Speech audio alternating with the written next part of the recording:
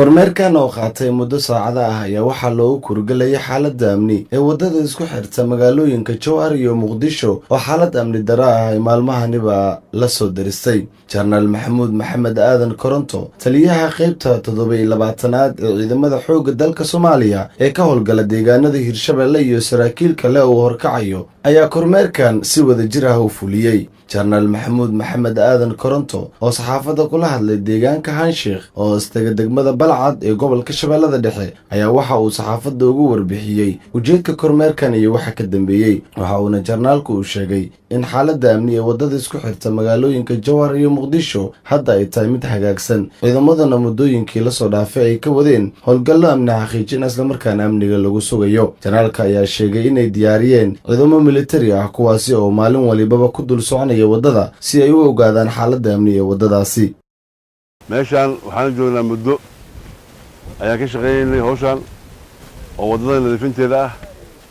taasoo oo lagu qasbeen nimanka nabadiidka ayagoo shacbiga Soomaaliyeed meeshaan ku dhibay waa arkisan miinada meesha dhulka loo geliyay shacbiga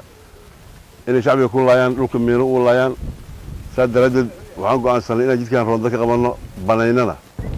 shacbiga Soomaaliyeed waxaan u sheegaynaa maanta laga bilaabo in jidkan uu u furan yahay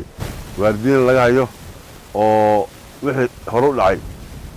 laga soo qabsan doono insha Allah ta'ala. waxaan go'aansanay inaan geedaha banayno xoog iyo juhdi badan aan gelinay inaan geedaha xaqno oo banayno